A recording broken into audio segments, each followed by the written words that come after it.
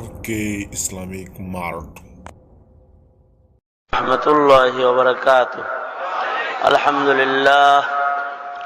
আলহামদুলিল্লাহ নাহমাদুহু ওয়া নাস্তাঈনুহু ওয়া নাস্তাগফিরুহু ওয়া নু'মিনু বিহি ওয়া নাতাওয়াক্কালু আলাইহি ওয়া নাউযু বিল্লাহি মিন শুরুরি আনফুসিনা ওয়া মিন সাইয়্যাতি আ'মালিনা মান ইয়াহদিহিল্লাহু ফালা মুদিল্লা লাহু ওয়া মান ইউদ্লিলহু ফালা হাদিয়া লাহু ونشهد أن لا إله إلا الله وحده لا شريك له ونشهد أن سيدنا وسندنا وحبيبنا وطبيبنا ومحبوبنا ومرشدنا ومولانا محمدا عبده ورسوله أرسله بالحق بشيرا ونذيرا وداعيا إلى الله بإذنه وسراجا منيرا أما بعد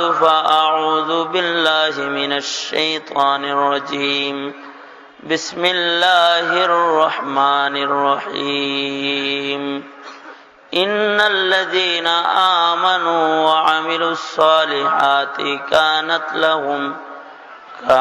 لهم جنات الفردوس نزلا خالدين فيها لا يبغون عنها حولا وقال النبي صلى الله عليه وسلم اتق المحارم تكن أعبد الناس وارض بما قسم الله لك تكن أغنى الناس وأحسن إلى جارك تكن مؤمنا وأحب للناس ما تحب لنفسك تكن مسلما ولا تكسر الضحك فإن كثرة الضحك تميت القلب أو كما قال عليه الصلاة والسلام اللهم صل على محمد وعلى آل محمد كما صليت على إبراهيم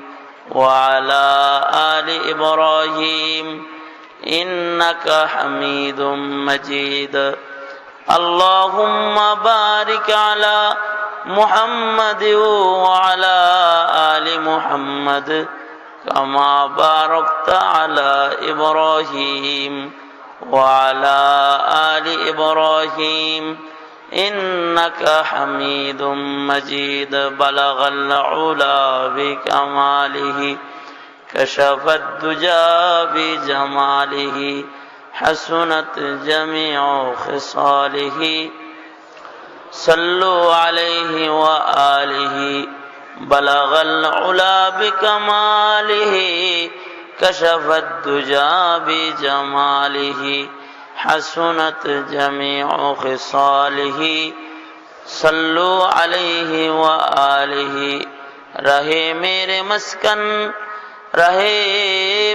مسکن حوالی کعبہ بنے میرے مدفن دیار مدینہ بلغ العلا بکمالہ کشف الدجى بجمالہ حسنت جمیع خصالہ صلوا علیہ وآلہ আলহামদুলিল্লাহ। আয়োজিত মহতি ঐতিহ্যবাহী ঐতিহাসিক 5 দিনব্যাপী তাফসীরুল কোরআন মাহফিলের আজকের তৃতীয় রজনী মাহফিলের মোহতারাম সাদর, উপস্থিত হাজরাত, বুজুর্গ, ওলামায়ে কেরাম, সম্মুখপানে সমবেত দিন প্রিয়, ইসলাম প্রিয়, দিনদার, ইমানদার, মুমিন মুসলমান ভাইরা, বুড়া বাবারা, যুবক ভাইরা, পর্দার আড়ালের মা বোনেরা, বিশ্বজগতের মালিক, বিশ্ব প্রতিপালকের বিশ্ব দরবারে কারিমাতুশ শুকর যে মহান রব্বুল আলামিন ইয়াউমুল জুমআতে গুরুত্বপূর্ণ দিবসের গুরুত্বপূর্ণ সময়ে গুরুত্বপূর্ণ একটা মুহূর্তে আমাদেরকে দুনিয়ার অন্যান্য কাজ থেকে আলোক করে গাজীপুরের ঐতিহ্যবাহী তাফসীরুল কোরআন মাহফিলের তৃতীয় রজনীতে এই মহতি বরকতি মাহফিলে এসে বসার তৌফিক যে মহান রব্বুল আলামিন আমাদেরকে দান করেছেন, তার দরবারে শুকরগুজার হই, শুকরিয়া আদায় করি, সকলে পড়ি আলহামদুলিল্লাহ। আমরা যারা আছি, এই যে তাফসীর মাহফিল চলতেছে, তাফসীর মাহফিলের মূল উদ্দেশ্য হলো মানুষের ঈমান ঠিক করা, মানুষের আমল ঠিক করা। এটাই উদ্দেশ্য, যে ঈমানের ব্যাপারে কিছু আলোচনা মানুষের কানে কানে চলে যাওয়া, কোরআন থেকে আমলি কিছু কথা মানুষের কানে কানে চলে যাওয়া। যখন একজন মুমিনের ঈমান আর আমল ঠিক হয়ে যাবে, তখন এই মুমিনটা আল্লাহর সাথে দেখা করার উপযুক্ত হবে এবং সে জান্নাতের উপযুক্ত হবে। নিজের অঙ্গ প্রত্যঙ্গ এগুলো দিয়ে জান্নাত পর্যন্ত পৌঁছা যাবে না, অথবা গায়ের সৌন্দর্যের গৌরব দিয়া, অহংকার দিয়া মালিক পর্যন্ত পৌঁছা যাবে না, দৈহিক সৌন্দর্য দিয়াও মালিক পর্যন্ত পৌঁছা যাবে না। এ কারণেই জমিনের উপরে বহু মানুষকে আল্লাহ তাআলা দেহ কালো বানাইছেন, গঠন অসুন্দর বানাইছেন। অঙ্গ প্রত্যঙ্গ দিয়া মালিক পর্যন্ত হেঁটে শক্তি দিয়া পৌঁছা যাবে না, বহু মানুষকে শক্তি বিহীন বানাইছেন, হাত পা বিহীন বান্দা বানাইছেন। বহু বান্দাকে চোখ বিহীন বানাইছেন, যাদের চোখ নাই কিন্তু তারা মালিকের কাছে যাবে। আপনার আমার মাকসাদ যেমন জান্নাত, অন্ধ লোকটার মাকসাদও জান্নাত, আল্লাহ তাআলা পর্যন্ত পৌঁছায় যাওয়া। আপনার আমার মাকসাদ যেমন আল্লাহকে পাওয়া, লুলা আতুর লোকটার মাকসাদও আল্লাহ তাআলা পর্যন্ত পৌঁছে যাওয়া। ধনী মানুষ, গরিব মানুষ, সকলের মাকসাদ আল্লাহ তাআলা পর্যন্ত পৌঁছায় যাওয়া। এই জন্য আল্লাহ তাআলার কাছে যাইতে হলে মুমিনের দুই জিনিস লাগবে। কয় জিনিস লাগবে ভাই? দুই জিনিস খুব স্বচ্ছ লাগবে আল্লাহ পর্যন্ত পৌঁছতে। আল্লাহ বলেন দুইটা জিনিস, এটা জান্নাতে পৌঁছায়া দিবে, শ্রেষ্ঠ জায়গা, শ্রেষ্ঠ জান্নাত, জান্নাতুল ফিরদাউসে পৌঁছায়া দিবে মুমিনকে। সে দুই জিনিস হলো, একটা হলো ঈমান আর একটা হলো আমল। ইন্নাল্লাযীনা আমানু ওয়া আমিলুস সালিহাতি কানাত লাহুম জান্নাতুল ফিরদাউসি নুজুলা খালিদিনা ফিহা লা ইয়াবগুনা আনহা ইওয়ালা। আল্লাহ তাআলা বলেন, নিশ্চয়ই যারা ঈমানদার এবং যারা আমলে সালেহ করে তারা জান্নাতে চলে যাবে। ওই জান্নাতে চিরদিন থাকবে, জান্নাতুল ফিরদাউসে। কোনদিন আর সে জান্নাত থেকে তার বের হইতে হবে না। দুনিয়াতে আসছি, দুনিয়ার থেকে বিদায় আছে, জান্নাতে যাব, জান্নাত থেকে কোনো বিদায় নেই।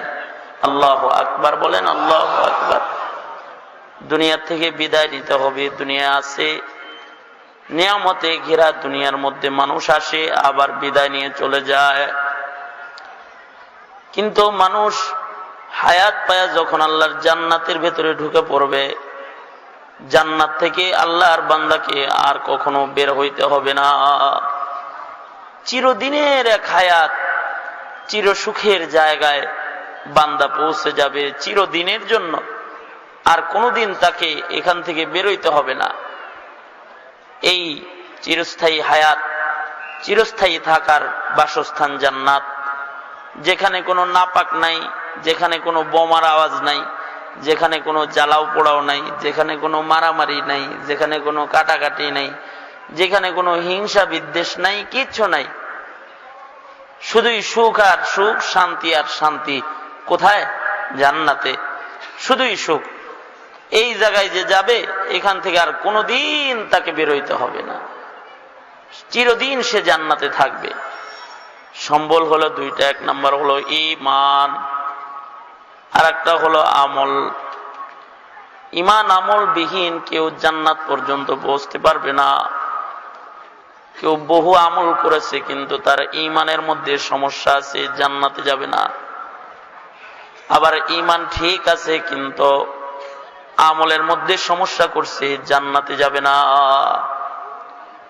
কেউ আছে অনেক ইবাদত করে কিন্তু তার ঈমানের মধ্যে ঝামেলা আছে, এই ইবাদত দিয়ে জান্নাতে যেতে পারবে না, যেই ঈমানের মধ্যে ভেজাল।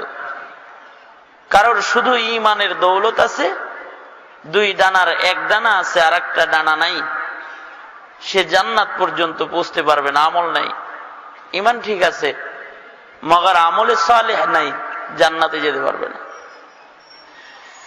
জান্নাতে যাইতে হলে লাগবে স্বচ্ছ ঈমান,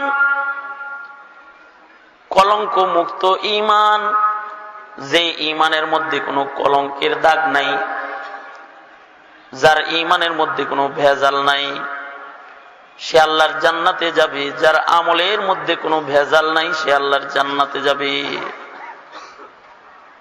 ঈমানে কার ভেজাল আছে, কার ভেজাল নাই? তার ঈমান ভেজাল মুক্ত ঈমান। যার ঈমানের তিনটা অঙ্গ ঠিক আছে, তিনটা বিশ্বাস যার মজবুত আছে, তার ঈমানের মধ্যে কোনো নোকসান নাই।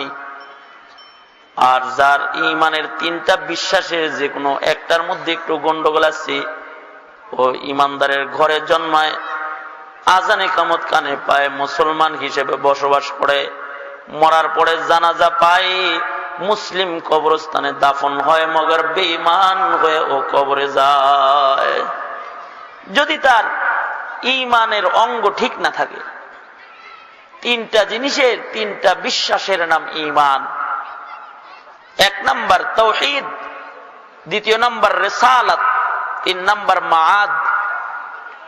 যার তাওহীদের বিশ্বাসে কোনো ভেজাল নাই, যার রিসালাতের বিশ্বাসে কোনো ভেজাল নাই, যার মাআদ পরপারের বিশ্বাসের কোনো ভেজাল নাই, এই তিন বিশ্বাস সহকারে যারা কালিমা জবানে উচ্চারিত করবে, এরা হলো মুমিন, এরা ঈমানদার। কালেমা পড়েছে কিন্তু এই বিশ্বাসগুলোতে গন্ডগোল আছে। জবানে কালেমা আছে, মাথায় পাগড়ি আছে, গায়ে সুন্নতি লেবাস আছে, বিশ্বাসে গন্ডগোল আছে, বেঈমান, ঈমানদার না, আল্লাহর কাছে ঈমানদার না। আল্লাহর কাছে সে মুমিন যার তাওহীদের মধ্যে কোনো ভেজাল নাই। সে বলেছে লা ইলাহা ইল্লাল্লাহ, নাই কোনো মাবুদ এক আল্লাহ ছাড়া। আমাদের মালিক কে? জবান খুলে আওয়াজ করে বলেন মালিক কে? আরো জোরে করে বলেন মালিক কে? কয়জন? আল্লাহ তাআলা এক। কয়? আল্লাহ তাআলা একজন, মালিক আল্লাহ। এক আল্লাহর বিশ্বাসের মধ্যে যারা ভেজাল লাগাইছে এরা বেঈমান। তারা মুসলমানের ঘরে জন্মায়ও তারা বেঈমান। এক আল্লাহর তাওহীদ, একাত্মবাদের বিশ্বাসে যারা গন্ডগোল লাগায়, পরিচয় মুসলমানের হইলেও হাকিকতে তারা মুমিন মুসলমানের খাতায় তাদের নাম থাকে না। যেমন আমরা বললাম আমাদের আল্লাহ এক, আমাদের মালিক আল্লাহ। খ্রিস্টানকে যদি বলা হয় তোমার মালিক কে, খ্রিস্টানও বলবে আমার মালিক আল্লাহ। আমাদেরকে যদি বলা হয় আকাশ কে বানাইছে, আমরা বলবো আল্লাহ। জমিন কে বানাইছে, বলবো আল্লাহ। খ্রিস্টানকে যদি জিজ্ঞেস করা হয় মান খালাকাস সামাওয়াতি ওয়াল আরদ, ইহুদ নাসারাকে যদি প্রশ্ন করা হয় আসমান জমিন কে বানাইছে, সায়াকুলুন আল্লাহ, আল্লাহ তাআলা কালামে মাজিদে নিজে বলতেছে, ওরাও বলবে এগুলো সব বানাইছে আল্লাহ। কে বানাইছে? জোরে বলেন। আকাশ কে বানাইছে? জমিন কে বানাইছে? আল্লাহ। খালি কি আমরা বলি না, খ্রিস্টানেও বলে। খ্রিস্টান কি তাহলে মুসলমান হয়ে গেছে মনে হয়? জান্নাতি হয়ে গেছে নাকি? ভেজাল কোন জায়গায় লাগাই? খ্রিস্টানকে যদি বলা হয় আল্লাহ কয়জন, আল্লাহ কয়জন? আওয়াজ করে বলেন কয়জন? তার কোন শরীক আছে? নাই। তিনি কয়জন? একজন, শরীক নাই। আল্লাহ তাআলার কোন শরীক নাই।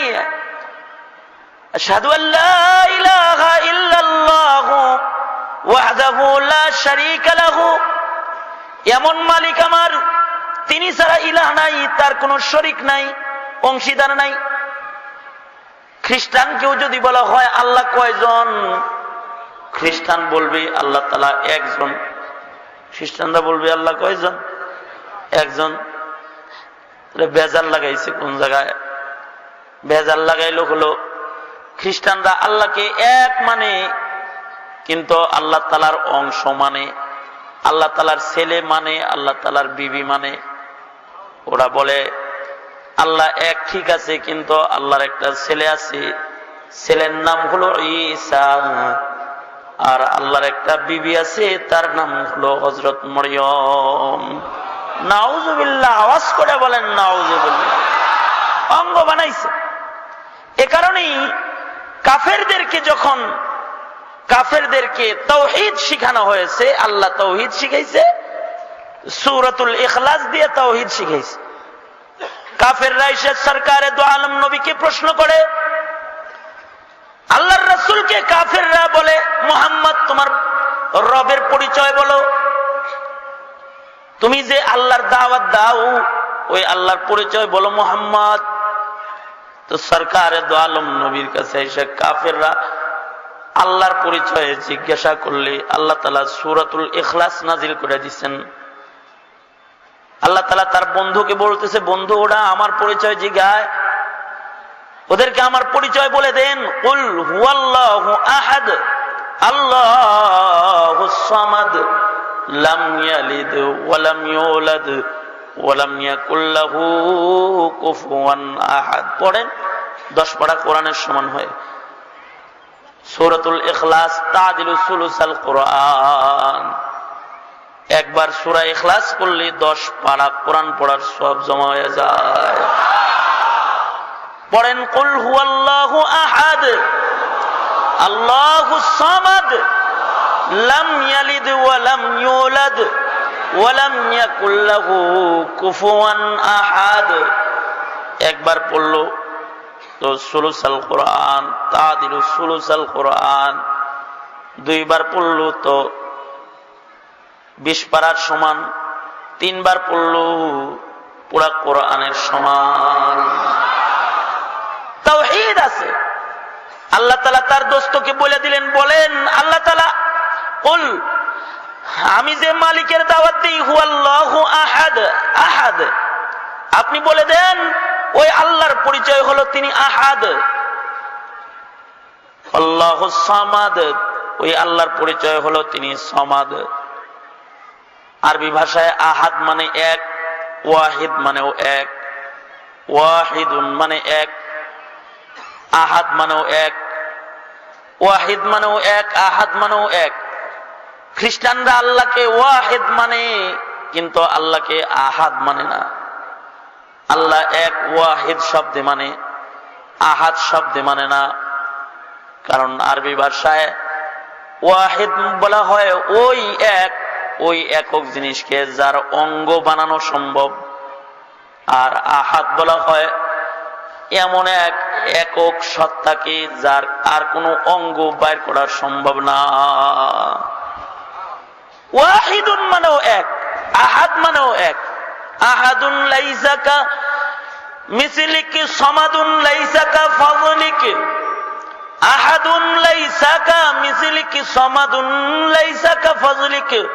লিমানিল মুলকু তুগুইতু সাজাওয়ার খুদাই। লিমানিল মুলকু তুগুইতু সাজাওয়ার খুদাই। আহাদ এমন এক একক আল্লাহর নাম আহাদ। বেলাল আল্লাহর নাম জপতেন আহাদ আহাদ আহাদ। আহাদ বললে খ্রিস্টানদের জবাব হয়ে যেত, ইহুদ নাসারার জবাব হয়ে যেত। আমি এমন আল্লাহরে ডাকতেছি, এই ইহুদি নাসারা তোরাও আল্লাহরে ডাকস, কিন্তু আমি মুসলমান, আমি ওই আল্লাহকে ডাকতেছি যিনি আহাদ, যার কোনো ছেলে মেয়ে নাই, যার কোনো অঙ্গ নাই, তিনি সমাদ, তিনি কারোর কাছে দড়া খাওয়া না। বাপ ছেলের কাছে দড়া খাওয়া থাকে, ছেলের কাছে না জিগায় বাবা কাম কাজ করতে পারে না। ছেলে বাবার কাছে ধরা খাওয়া থাকে, কিন্তু আমার আল্লাহর কোনো ছেলেও নাই, মেয়েও নাই, আমার আল্লাহর কোনো অঙ্গ নাই, আমার আল্লাহর কোনো সন্তান নাই। তিনি কারোর কাছে মুহতাজ নন, তিনি সমাদ, সমাদ, তিনি আহাদ, তিনি সমাদ। তাহলে এই তাওহীদের মধ্যে ভেজাল লাগানোর কারণে এক আল্লাহ মানে কিন্তু তারা বেঈমান। অনুরূপী কিয়ামত পর্যন্ত ইমানদারের ঘরে জন্মায়া এক আল্লাহর ওয়াহদানিয়তের কালেমা পড়া যারা আল্লাহ তাআলার অঙ্গ বানাবে, অংশ বানাবে, আল্লাহ তাআলার সিফাতে কাউকে অংশীদার বানাবে, এরা সব জন্মসূত্রে মুসলমান হইলেও বিদায়ের বেলায় তারা সব মুশরিকদের দলে নাম লেখায়া কবর জগতে যাবে। জনগণ সকল ক্ষমতার উৎস, এটা যদি দিল থেকে কেউ বলে তাহলে তার তাওহীদ নষ্ট হয়ে যাবে। ঠিক বললেও ঠিক, না বললেও ঠিক, এটাই ঠিক। এটা জনগণ ক্ষমতার উৎস, এইটা যদি কেউ দিল দিয়া বলে তাহলে তার তাওহীদ আর একাত্মবাদ নষ্ট হয়ে যাবে। কেউ যদি খাজারে যায় কয় খাজা একটা ছেলে দেন, তার তাওহীদ নষ্ট হয়ে যাবে। বাবা খাজা একটা মেয়ে দেন, তাওহীদ নষ্ট হয়ে যাবে। একটা সন্তান দিলে বাবা একটা সন্তান দে, বাবারে যায় একটা সন্তান চাইতেছে তোরে গরু দিলাম আমারে ছেলে দে, তাওহীদ নষ্ট হয়ে যাবে। কারণ ছেলে সন্তান দেওয়ার মালিককে, আওয়াজ করে জোরে বলেন মালিক। ইলেকশনে খাড়াইছে তো এবার মাজারে যায় কয় বাবা একবার সুযোগ দে রে বাবা দে, তাওহীদ নষ্ট হয়ে যাবে। ঠিক কিনা? আওয়াজ করে জোরে বলেন ঠিক কিনা? এ বাবা দে, ব্যবসার মধ্যে একটু বরকত দে, আল্লাহর কাছে না চায়, বাবার কাছে চায়, আল্লাহর কাছে জীবনেও চায় না। খবিস আল্লাহর কাছে চায় না, বাবার কাছে যায় চায়, তো তার তাওহীদ নষ্ট হয়ে যাবে, একাত্মবাদ নষ্ট হয়ে যাবে। ডান কানে আজান দিছে, বাম কানে ইকামত দিছে, কবরে যায় সেজদাও দিছে। জন্মের পরে ডান কানে আজান দিছে, বাম কানে ইকামত দিছে, এই খবিসটাই যায় কবরের মধ্যে সেজদা ডালছে, মাজারের মধ্যে সেজদা দিছে, বাবার পায়ের উপরে যে সেজদা দিয়ে দিছে, মুশরিক হয়ে গেছে, মুশরিক হয়ে গেছে। ঠিক কিনা? কালেমা লা ইলাহা ইল্লাল্লাহ বলার পরেও মুশরিক হয়ে গেছে, কারণ ইবাদতের মধ্যে শিরিক করে ফেলেছে, শরীক করেছে। কারণ সেজদা এটা কার? ইবাদত কার? জোরে বলেন, আওয়াজ করে জোরে চিল্লায় বলেন কার? আল্লাহ। তাওহীদের মধ্যে কোনো বেজাল লাগায় তাসদীক বিল্লাহ বিজামিই সিফাতিহ, আকীদার কিতাবের ইবারত। মুমিন হইতে হইলে আল্লাহ তাআলার সকল সিফাতের উপরে ঈমান, শান মতো আল্লাহ তাআলাকে আল্লাহ হিসেবে মানতে হবে। এমন শান মতো আল্লাহ তাআলাকে মানবে যে আল্লাহ তাআলার সমকক্ষ আর কেউ নাই। ওয়ালাম ইয়াকুল লাহু কুফুয়ান আহাদ, লাইসা কামিসলিহি শাই। আল্লাহ বুঝানোর মতো কোনো কিছু আমার নজরে আপনার নজরে নাই। এইভাবে যারা একাত্মবাদী বিশ্বাসী হবে এরা ঈমানদার। আর যারা বিভিন্ন প্রকারে তাদের তাওহীদকে আক্রান্ত করবে, জীবাণুযুক্ত করবে, বিভিন্ন রকমের কাজ, বিভিন্ন রকমের কথা, বিভিন্ন রকমের আমাল দিয়া শিরকের বদবু ঈমানের সাথে যারা লাগায় ফেলবে, পরিচয়ে মুসলমান হবে মগর মুশরিক হিসেবে আল্লাহর আদালতে দাঁড়াবে। কারণ যাররা পরিমাণ শিরিক ক্ষমার যোগ্য না। এজন্য জান্নাতের সামান হলো নিষ্কলঙ্ক একটা ঈমান, যে ঈমানের উপরে কোনো কলঙ্কের দাগ নাই। তাওহীদ এমন তাওহীদ যার মধ্যে শিরকের কোনো বদবু নাই। যার তাওহীদ ঠিক আছে সে মুমিন। শুধু তাওহীদ ঠিক থাকলে হবে না, রিসালাত মুহাম্মাদুর রাসূলুল্লাহ নবী আলাইহিস সালাতু ওয়াস সালামের শান মতো নবীজিকে মানতে হবে। তাসদীক বির রাসূল বিজামি কামালাতি, নবীজির যোগ্যতা মতো, নবীজির শান মতো, সরকারে দু আলমের শান মতো যারা সরকারকে নবী হিসেবে মানবে এদের নাম ইমানদারের দপ্তরে থাকবে। রাসূলের শানে আঘাত করলে কাফিরের খাতায় নাম চলে যাবে। যেমন শিয়া মতবাদ বাংলাদেশে আছে? শিয়া মসজিদ আছে বাংলাদেশে? শিয়াদেরকে যদি বলা হয় তোমাদের রব কয়জন, বলবে একজন। যদি বলা হয় তোমাদের কিতাবের নাম কি, বলবে কোরআন। যদি বলা হয় তোমাদের কেবলা কোনটা, বলবে বাইতুল্লাহ মক্কা মুআজ্জামা। যদি বলা হয় তোমাদের রাসূল কে, বলবে মুহাম্মাদুর রাসূলুল্লাহ। কিন্তু নবীজির নবুয়তের শানে যদি শিয়া আঘাত করে, কাফের। কেমনে? তারা তাদের ইমামদেরকে নবীদের চাইতে দামি মনে করে। আকীদায়ে ইমামত, এই শিয়াদের যে ইমামগুলো আছে এরা নবীদের চাইতে মাসুম, এইটা মনে করে। নবীদের সাথে সমকক্ষ সাধারণ মানুষরে বানায়। কোন কোন খবিস শিয়া আছে এরকম বিশ্বাস রাখে যে আসলে আল্লাহ তাআলা জিবরাইলকে নবুয়ত দিয়া আলীর কাছে পাঠাইছিল, ভুলে এটা মুহাম্মদুর রাসূলুল্লাহর কাছে দিয়ে গেছে। নাউযুবিল্লাহ। তাহলে এমন যারা রিসালাতের উপরে আক্রমণ করবে, ওই কাফের গুলা শিয়া কাফের। কাফের কাফের, শিয়া কাফের। কাফের কাফের কি? জোরে আওয়াজ করে বলেন। আমি বলবো কাফের কাফের, আপনারা বলবেন শিয়া কাফের। কাফের কাফের, শিয়া কোন শিয়া কাফের? পাইকারি হারে শিয়া কাফের না। কিছু কিছু শিয়া আছে মুসলমান, শিয়া ইসমাইলিয়া এরা মুসলমান, কিন্তু শিয়া ইসনা আশারিয়া যারা রাসূলের রিসালাতে আক্রমণ করে, দেখবেন মুহররম আইলে পরে ইয়া হাসান ইয়া হুসাইন মিছিল করে। মুসলমানরা মনে করে যে হেরাও তো দেখি আমাদের কালেমার পতাকা লয়ে মিছিল করতে যাই, তো মিছিল করে খবিস, কাফেরের মিছিল ওটা। কারণ হইছে তারা রাসূলের নবুয়তে আক্রমণ করে। রাসূলের নবুয়তের উপরে কেউ আক্রমণ করলেও কাফের হয়ে যায়। কি হয়ে যায়? জোরে আওয়াজ করে বলেন, কি হয়ে যায়? কাফের হয়ে যায়। যেমন কাদিয়ানীরা কাফের কেন? নবীর নবুয়তে আক্রমণ করার কারণে কাদিয়ানী কাফের।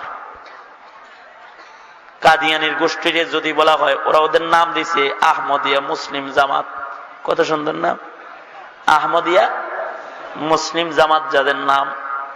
যদি বলা হয় রবকে, বলবে আল্লাহ। এই তোমাদের কোরআন কোনটা, কিতাব কি? কোরআন। কেবলা কোনটা? মসজিদ বানাইছে বাইতুল্লাহর দিকে, কেবলামুখী কয়ে মসজিদও বানাইছে। বকশিবাজার যায় দেখেন কেবলামুখী মসজিদ বানায় রাখছে। তার মানে কেবলা মানে আল্লাহ মানে সব মানে, পাশাপাশি বেজার লাগাইছে। হে মুহাম্মাদুর রাসূলুল্লাহ নবী, কিন্তু মির্জা গোলাম আহমদ কাদিয়ানীও নবী। দাজ্জাল, ঠিক কিনা? জোরে আওয়াজ দিয়ে বলেন। দাজ্জাল, দাজ্জাল রে কয় নবী। রাসূলের খাতমে নবুয়তের উপরে আক্রমণ করেছে, এই কারণে কাফের কাফের, কাদিয়ানীও কাফের। কাদিয়ানীকে যারা প্রশ্রয় দিবে তারাও কাফের। কাদিয়ানীকে যে কাফের মানে না সেটাও কাফের। আওয়াজ করে জোরে বলেন, ঠিক কিনা? আমরা ওই 5 দিন ব্যাপী তাফসীর মাহফিল থেকে মুসলমানের জমিনে কাদিয়ানীকে অমুসলিম ঘোষণার দাবি জানাই। সবাই আছেন আমার সাথে? আছেন তো? আছেন? কারা কারা আছেন? কারা কারা? কাফের কাফের, কাদিয়ানী কাফের। রাষ্ট্রীয়ভাবে ঘোষণা হইতে হবে, রাষ্ট্রীয়ভাবে ঘোষণা হইতে হবে কাদিয়ানী কাফের। কারণ ওরা নবীর নবুয়তের উপরে আক্রমণ করেছে, ওরা ওদের রিসালাত বরবাদ করেছে। রিসালাত বরবাদ করার সাথে সাথে কাফের। অনুরূপী কেউ যদি মুসলমানের ঘরে জন্মায়া, মুসলিম বাবার ঔরসে জন্মায়া, মুসলিম মায়ের পেট থেকে দুনিয়ার আলো বাতাস দেখা, কানে আজান একামত লইয়া কেউ যদি সরকারে দো আলমকে কলমের আগা দিয়ে গালি দেয়, সরকারে দো আলমকে যদি কেউ জবান দিয়ে গালি দেয়, সরকারে দো আলমকে কেউ যদি ব্লগের ভিতরে গালি দেয়, সরকারে দো আলমকে কেউ যদি কটূক্তি করে, কটু কথা কয়, কাফের কাফের। মুসলমানের পরিচয় ওর নাই, নাই নাই, ঠিক কিনা করে বলেন? নাই, মুসলমানের পরিচয় নাই। কারণ নবীর নবুয়তের উপরে আক্রমণ করেছে। আমরা কোন রাজনীতি করি না, মানুষের ইমানের কথা কই, এটা হইলো অপরাধ। এটা রাজনীতি না, এটা ইমান। এটার নাম কি? জোরে বলেন, এটার নাম কি? ইমান। এটা যে মুখ দিয়ে বলবে না, ইকরারুহুমা বিল লিসান, জবান দিয়া সরকারের শানের স্বীকারোক্তি যার নাই ওর ঈমান নাই, ঈমান নাই। আহলুস সুন্নাতি ওয়াল জামার আকীদা এটা, ঠিক কিনা? জোরে আওয়াজ দিয়ে বলেন ঠিক কিনা? আহলুস সুন্নাহর আকীদা, জবানের মধ্যে সরকারের শান নাই, আসলে ওর ঈমান নাই, ওর সত্যই ঈমান নাই। তাহলে ঈমান কয় জিনিসের নাম বললাম বাবা? ঈমান তিনটা বিশ্বাসের নাম। এক নাম্বার যার তাওহীদ ঠিক, দুই নাম্বার যার রিসালাতের বিশ্বাস ঠিক, এক আল্লাহর উপরে ঈমান ঠিক, সরকারে দো আলমের শান মতন নবীর উপরে ঈমান ঠিক, তিন নাম্বার যারা আখিরাতের বিশ্বাস ঠিক। মুসলমান এই যে বাইচে রইছি, দানা পানি খাইতেছি, বক বক করতেছি, বয়ে রইছি, ঘুমাইতেছি, এটাই শেষ না। মুসলমান মরে গেলে মুসলমানের জানাজা হইতেছে, মাটির নিচে দিতেছে, এ পর্যন্ত শেষ না, কেবল শুরু হইছে। এটা মাটিতে রাখছে, শেষ হয়ে যায় নাই, শুরু হইছে কেবল। কারণ এই মাটির ভিতরে অনেক ঘটনা আছে, অনেক কথাবার্তা আছে, অনেক মুআমালা আছে, অনেক হিসাব নিকাশ। মাটির নিচে হিসাব নিকাশ আছে, হিসাব আছে মাটির নিচে। মাটির নিচে মুমিনকে রাখার সময় এই কথা বলেই রাখা হয়, মিনহা খালাকনাকুম ওয়া ফিহা নুঈদুকুম ওয়া মিনহা নুখরিজুকুম তারাতান উখরা। এই মুমিন, কবরের মধ্যে তোরে রাখলাম, কিন্তু এই শেষ না, আবার কিন্তু আল্লাহ উঠায় দাঁড় করাইব তোরে। এ কথা বইলেই তো মুমিনকে কবরের মধ্যে নামায় দেওয়া হয়। মুমিন মাটির থেকে তৈরি হয়েছে, মাটির নিচে কিছু সময়ের জন্য আলমে বরজখে চলে গেছে, কিন্তু আলমে বরজখ থেকে আবার তার আল্লাহর আদালতে আলিয়াতে দাঁড়াইতে হবে, আল্লাহর কাছে দাঁড়াইতে হবে। মুমিন কবরে যাওয়ার পরে তারে সওয়াল করবে, তিনটা প্রশ্ন করবে। প্রশ্নের জবাব ঠিক আছে তো কবর তার জান্নাত হয়ে যাবে। তার কবরে তার কোরআন, তার নামাজ, তার রোজা, তার হাসানাত তারে কবরের মধ্যে পাহারা দিবে, পাহারা দিবে। আল্লাহু আকবার, জোরে বলেন আল্লাহু আকবার। আর যদি তার সওয়ালের জবাব দিতে সে ব্যর্থ হয়ে যায়, সে যদি তার প্রশ্নের উত্তরগুলো ঠিকঠাক না দিতে পারে, সরকারে দো আলম নবী বলেছে তার কবরে কালো কালো আযাবের ফেরেশতা ঢুকে যাবে, তার কবরের মধ্যে সাপ ঢুকে যাবে, বিচ্ছু ঢুকে যাবে। সরকারে দো আলম নবী বলেন, যার আমল ঠিক নাই ওই বেআমল মুমিনের কবরের মধ্যে যে আযাব গুলো আছে, এই আযাব যদি দুনিয়ার কেউ যদি খালি দেখত, সরকারে দো আলম নবী বলেন জাহান্নাম কবরের আযাব, কবরে যার জাহান্নাম হইছে কবরের আযাব, কবরের ভিতরে দাউদাব আছে, আগুন আছে, কবরের ভিতরে সাপ আর মৃত্যুর গর্জন আছে। সরকার কয় কবরের একটা সাপের একটা শ্বাস যদি পৃথিবীর মাটির উপরে ছাড়া হইতো, তাহলে এই পৃথিবীর মাটির সব মানুষ আবহাওয়া বিষাক্ত হয়ে সব মরে যেত। সরকারে দো আলম নবী বলেন কবরের আযাবটারে যদি আল্লাহ খালি খুইলা দিত, কবরের আযাব যদি আল্লাহ তাআলা খুইলা যদি দুনিয়াবাসীর দেখায়া দিত, তাহলে সরকারে দো আলম কয় কবরের আযাব আল্লাহ দেখায়া দিলে সাকা লাইনের মধ্যে এমন একটা ইনস জিন পাওয়া যাইত না যারা আল্লাহর নাফরমানি করে। কবরের আযাব দেখলে কোনো জিন্ন ইনসান, সাকা লাইনের কোনো ইনস জিন মালিকের অবাধ্য পাওয়া যাইত না, সবাই মালিকের কদমে পড়ে থাকতো। এমনকি আল্লাহর রাসূল এক হাদিসে বলেন, ইবলিস শয়তানটাকেও যদি কবরের আযাব দেখানো হইতো, আবার তওবা করে কালেমা পড়ে ফেলাইতো, কালেমা পড়ে ফেলাইতো। মনে মনে ভাবতে পারেন, তাহলে আল্লাহ এত কষ্ট করে মোল্লা মুন্সি লাগায় এত বুঝান বুঝাই কা, একটু দেখাই দিলেই তো পারে, একটু দেখায় দিক সব ভালো হয়ে যাক। আল্লাহ তাআলা পিস্তল ঠেকায় কাউরে আল্লাহর জান্নাতে নিতে চায় না, দলে নিতে চায় না। দুনিয়ার মানুষ পিস্তল ঠেকায় দলে নিতে চায়, দুনিয়ার মানুষ পিস্তল ঠেকায় গুলি ঠেকায় নিজের দলে নিবার চায়, ভোট নিবার চায়, দলে নিবার চায়। আল্লাহ তাআলা কবরের আযাবের পিস্তল ঠেকায় কাউরে আল্লাহর জান্নাতে নিতে চায় না। তাই যদি আমারে চাস তাহলে আমারে বিশ্বাস করে আবি, যদি বিশ্বাস করে আসস তাহলে চির সুখের জায়গা জান্নাতটা চিরদিনের জন্য রেস্টি করে তোকে দিয়া দিমু, সাবকাওয়ালা দিয়া দিমু, জীবনে আর কোনোদিন ফেরত নিব না। আল্লাহু আকবার, জীবনে আর ফেরত নিব না।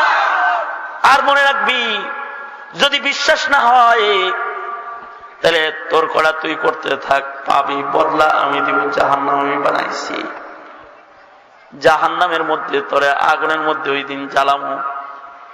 এ কারণে বাবা, ভাইয়েরা আমার, বন্ধুরা আমার, মুসলমানের দুনিয়া শেষ নয়।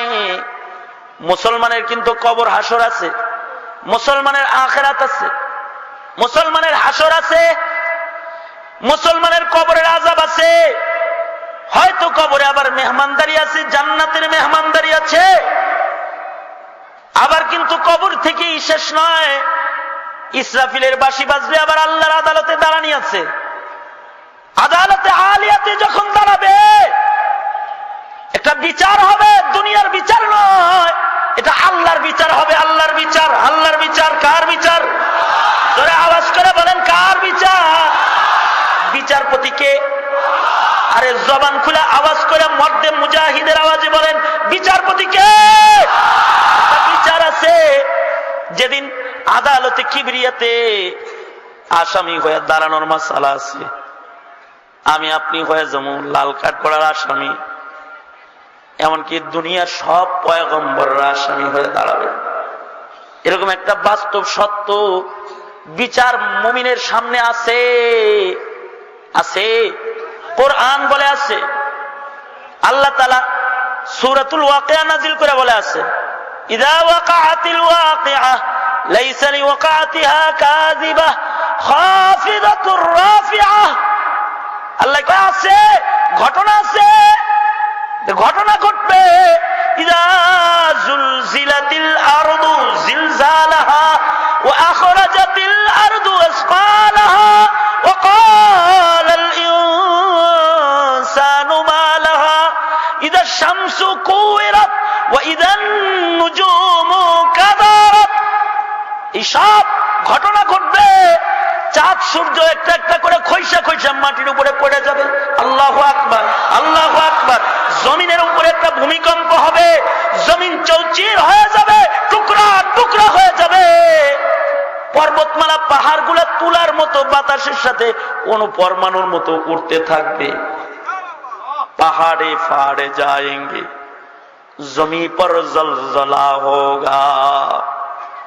पहाड़े फार जाएंगे, जमी पर जलजला होगा।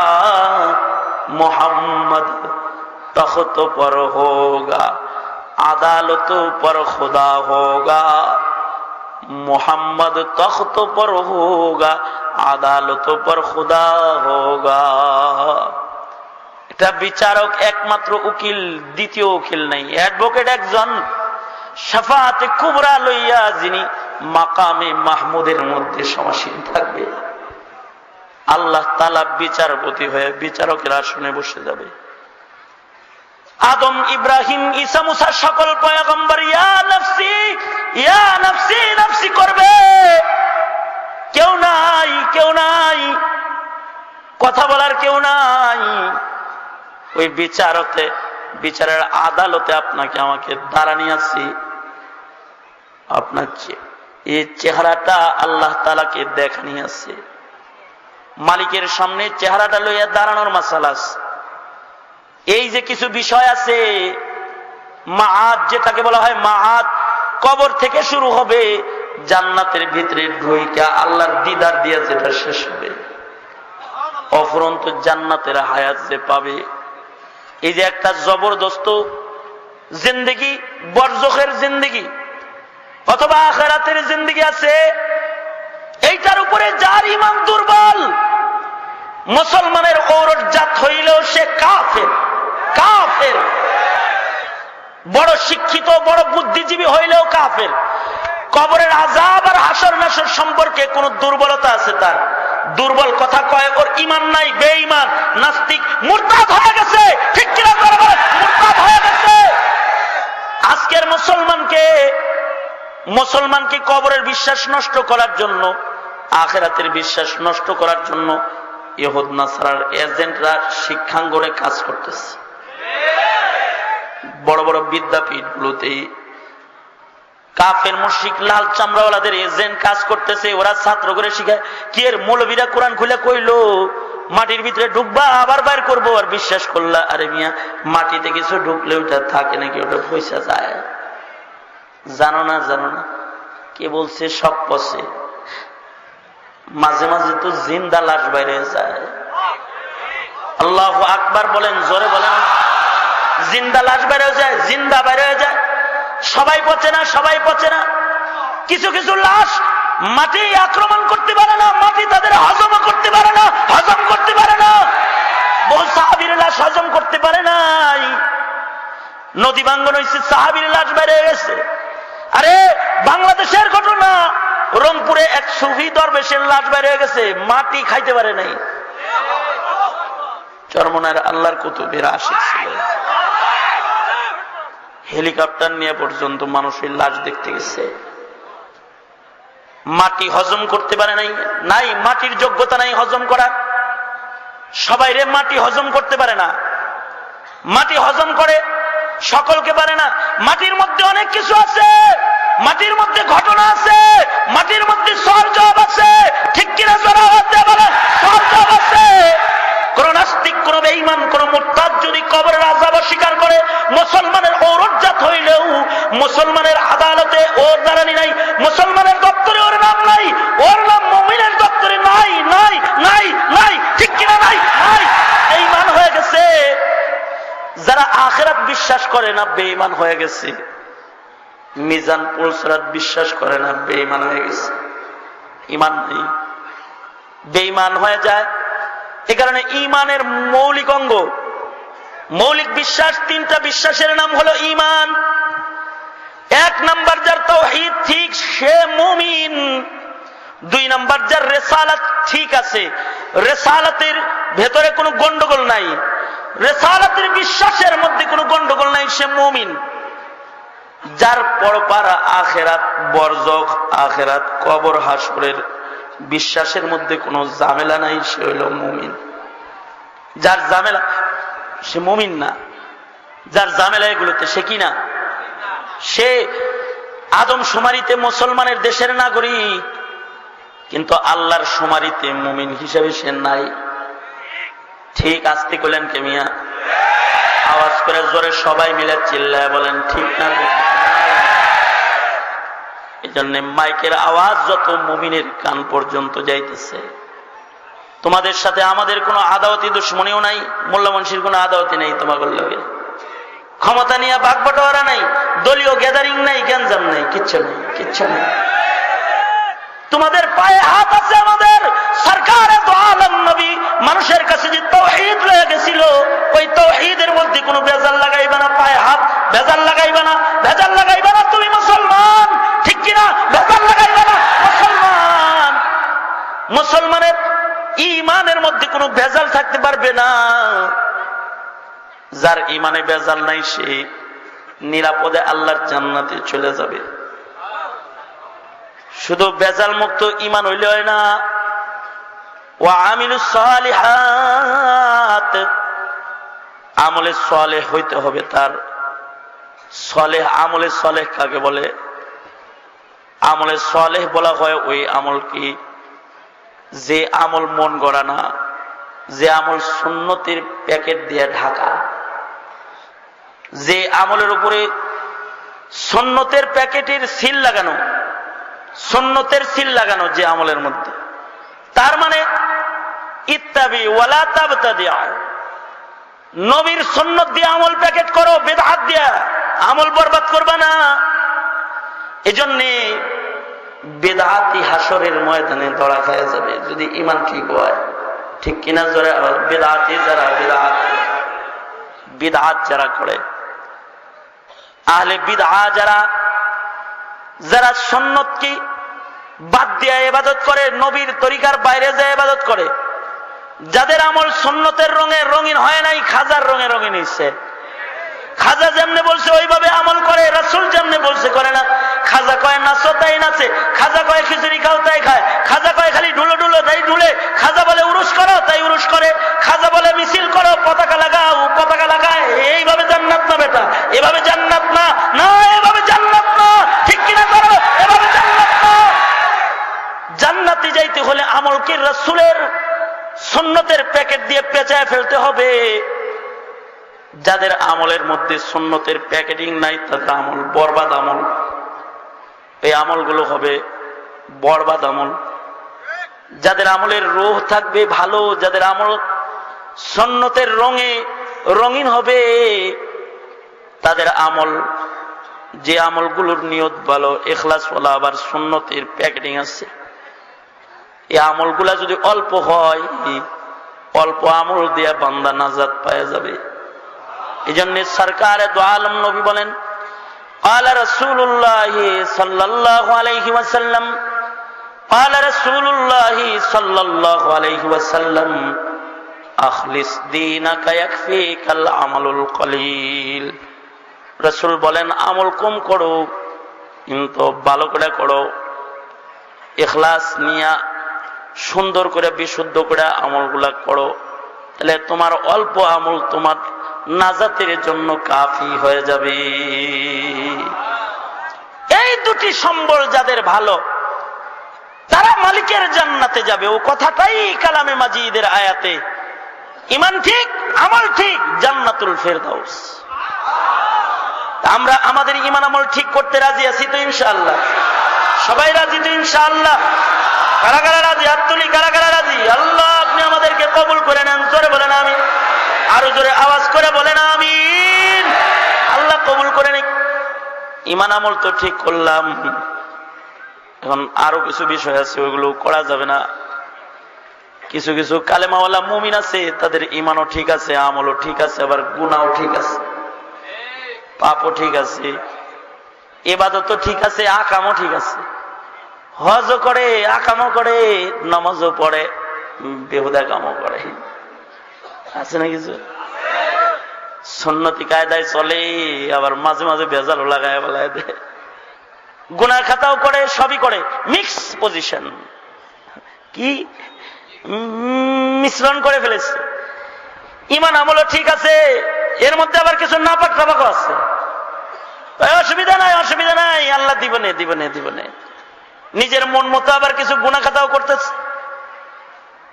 গুনাহ করলে পরে গুনাহ মানুষের ঈমানকে বরবাদ করে।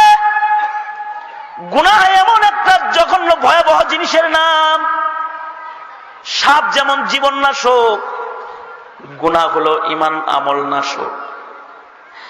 ছোট সাপও যেমন করে জীবন বিধ্বংসী। বড় সাপের কামড়েও মানুষ মারা যায়, ছোট সাপের কামড়েও মানুষ মারা যায়। ইয়ে কথা কন না, বড় সাপ লাগে নাকি? ছোট সাপের কামড়েও মানুষ মরে, ছোট সাপের কামড়ে মানুষ মরে যায়, বড় সাপের কামড়েও মানুষ মরে যায়, ছোট সাপের কামড়েও মানুষ মরে যায়। বড় গুনার আক্রমণেও ঈমান আমল নষ্ট হয়ে যায়, কখনো কখনো ছোট গুনার আক্রমণেও ঈমান আমল নষ্ট হয়ে যায়, ঈমান আমল বরবাদ হয়ে যায়। ঠিক কিনা জোরে বলেন? ঈমান আমল নষ্ট হয়ে যায়। ঈমান তো একটা স্পিরিটওয়ালা জিনিস। কি মনে করছো এটা বুঝি গ্যাসের স্পিরিটের চাইতে কম? সিলিন্ডারের মধ্যে গ্যাস ঢুকাইছে, গ্যাস খুব স্পিড, একটু ছিদ্রি আছে তো সিলিন্ডার ব্রাস্ট করে, ঠিক কিনা? হ্যাঁ, ঈমানও আছে, আমলও আছে, কিন্তু গুনার ছিদ্রি টাইট ভাবে আছে। এই গুনার ছিদ্রি দিয়া কখনো কখনো ঈমান ব্রাস্ট হয়ে ফাইটা যায়, বরবাদ হয়ে যায়, নষ্ট হয়ে যায়। গুনাহ মানুষের ঈমানকে বরবাদ করে ফেলায়। এ কারণেই কিন্তু গুনাহ করতে করতেই বেঈমান হয়ে যায়। মানুষ যখন গুনাহ করে তখন আস্তে আস্তে বেঈমান হয়ে যেতে থাকে। গুনাহ বাড়তে থাকে তো বেঈমানের সংখ্যা বাড়তে থাকে। আগের জমানায় গুনাহ কম ছিল, এজন্য মুনাফিকও কম ছিল, নাস্তিক মুরতাদও কম ছিল। এখন গুনাহ বেশি, তাই নাস্তিক মুরতাদ বেশি। এখন গুনাহ বাড়তেছে, সরকারে দো আলম নবীর হাদিস, আল্লাহর রাসূল বলেন, قال رسول الله صلى الله عليه وسلم خير القرون قرني ثم الذين يلونهم ثم الذين يلونهم। আল্লাহর রাসূল বলেন, সবচেয়ে ভালো মুমিন, ভালো যুগ হলো আমারটা, এই যে সাহাবীদের লইয়া আমি আছি। আমার পরে তাবিরা, তারপরে তাবিরা, তারপরে আরো নিচে, তারপরে আরো নিচে, তারপরে আরো নিচে, তারপরে আরো নিচে, যাইতে যাইতে ১,৫০০ বছর পরে,